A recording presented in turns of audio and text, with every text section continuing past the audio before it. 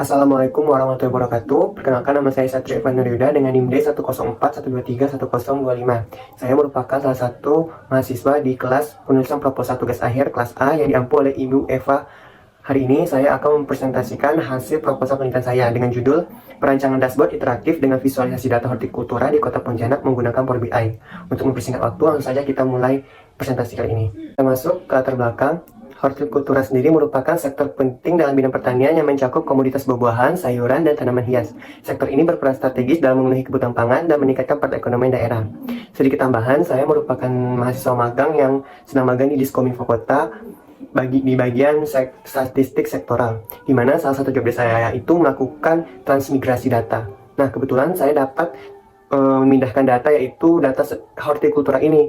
Maka dari itu saya tertarik untuk menggunakan data ini di proposal penelitian saya.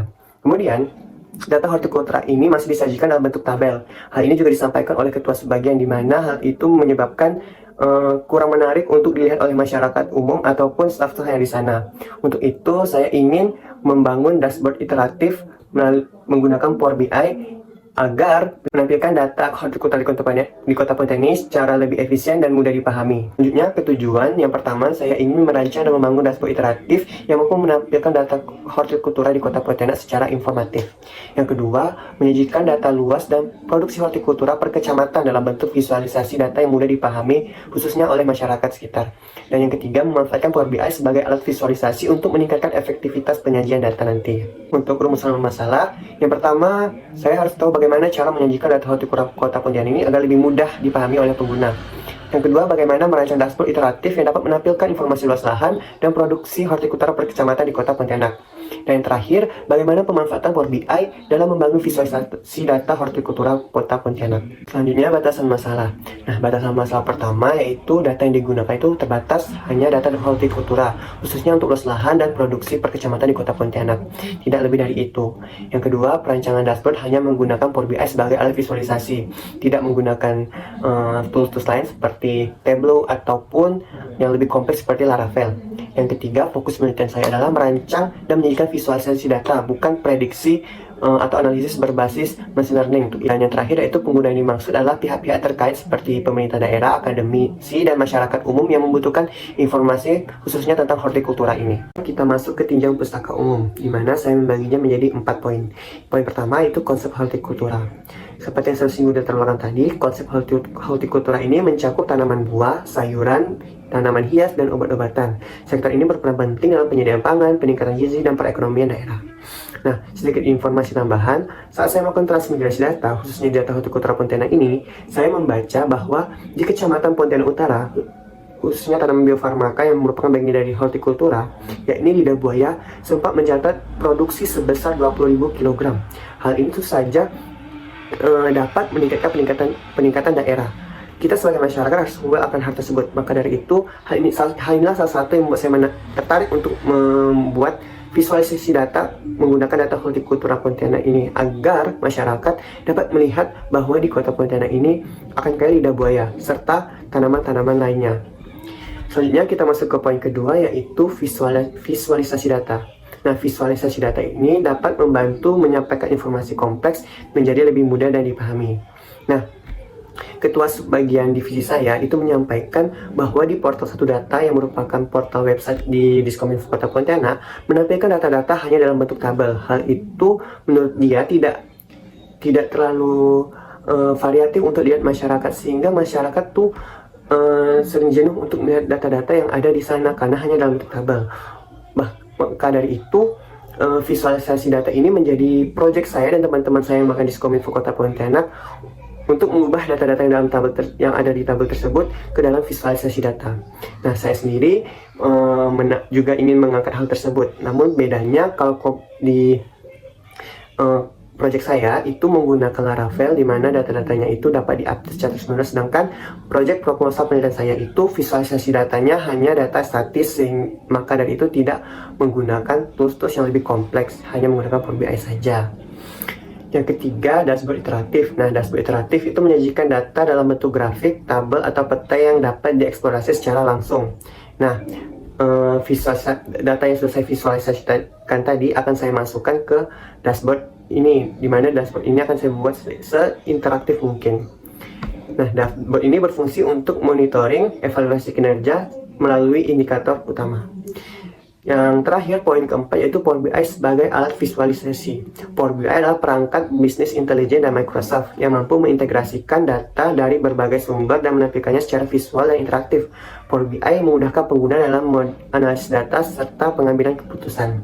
Oke, kita masuk ke kajian penelitian terkait, di mana saya memilih 3 penelitian yang sudah ada sebelumnya. Yang pertama, Limborg dan teman-teman, di mana fokus penelitian mereka ini itu dashboard iteratif Power BI untuk analisis penjualan retail menggunakan metode ETL.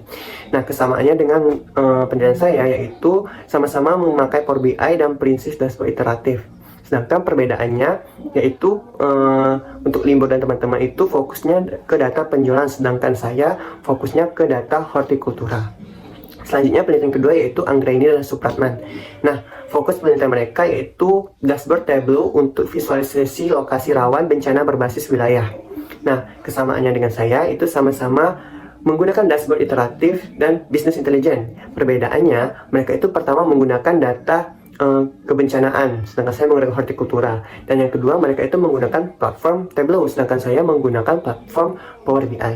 Nah, penelitian ketiga yaitu Darmawan dan Swalaganatha. Nah, mereka ini fokus penelitiannya itu perbandingan Power BI dan Tableau dalam efisiensi dan visualisasi data e-commerce. Kesamaannya, sama-sama memakai Power BI untuk visualisasi data dan statistik. Nah, perbedaannya yaitu fokus data mereka itu untuk data e-commerce. Nah, selain itu mereka juga melakukan komparasi data antara platform Tableau dan platform Power BI. Sedangkan saya hanya menggunakan Power BI saja. Kita masuk ke metodologi penelitian. Dapat dilihat di flowchart yang telah saya buat, terdapat 7 langkah yang dilakukan dalam penelitian ini. Yang pertama, studi literatur, di mana saya akan mengumpulkan teori terkait hortikultura, visualisasi data, dashboard iteratif, dan Power BI. Hal ini sudah saya lakukan pada tinjauan pustaka umum.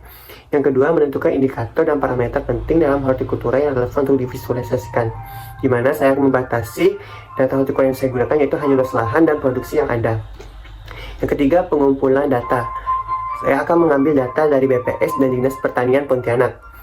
Nah, sedikit informasi tambahan. Dalam penelitian ini saya menggunakan data sekunder, bukan data primer. Karena datanya hortikultura ini yang bagian luas lahan dan produksi sudah ada. Dan ketua sebagian sudah memperbolehkan saya menggunakan data-data yang sudah ada. Maka dari itu, saya sudah ada akses untuk mengambil data-data jika digunakan dalam penelitian ini. Nah, yang keempat yaitu pengolahan data, yaitu melakukan pembersihan dan perubahan data agar siap digunakan pada Power BI. Yang kelima, perancangan dashboard, yaitu mendesain dashboard iteratif dengan Power BI sesuai kebutuhan. Yang keenam, implementasi dashboard, yaitu membangun dashboard berdasarkan data yang ada dan menghubungkannya dengan dataset yang telah diolah.